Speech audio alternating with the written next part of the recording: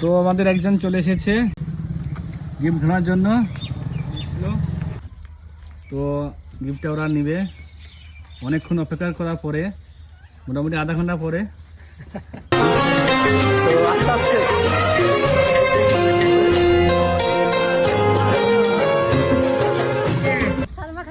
সালমা খাতুন বাড়ি গিফটটা কেমন লাগছে তোমার? খুব ভালো লাগছে। ভালো লাগছে। আর বন্ধুদের কি বলবে? অনেক দৌড়ে এসেছে তো, অনেক দূর থেকে এসেছে, ঠিক আছে। হ্যাঁ, তো বন্ধুদের কিছু বলে দাও। বন্ধুদেরকে বলতে চাচ্ছি সাবস্ক্রাইব করবা, ফলো করবা, শেয়ার করে দেবা, কমেন্ট করে দেবা ভাইকে একটা।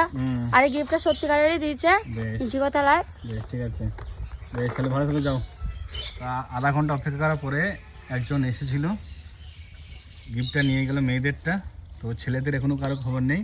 তো ছেলেদের গিফটটা আজকে আর হচ্ছে না, আমরা এখান থেকে চলে যাব। তো যাই হোক, ছেলেদের লোকেশন আবার জানিয়ে দেওয়া হবে।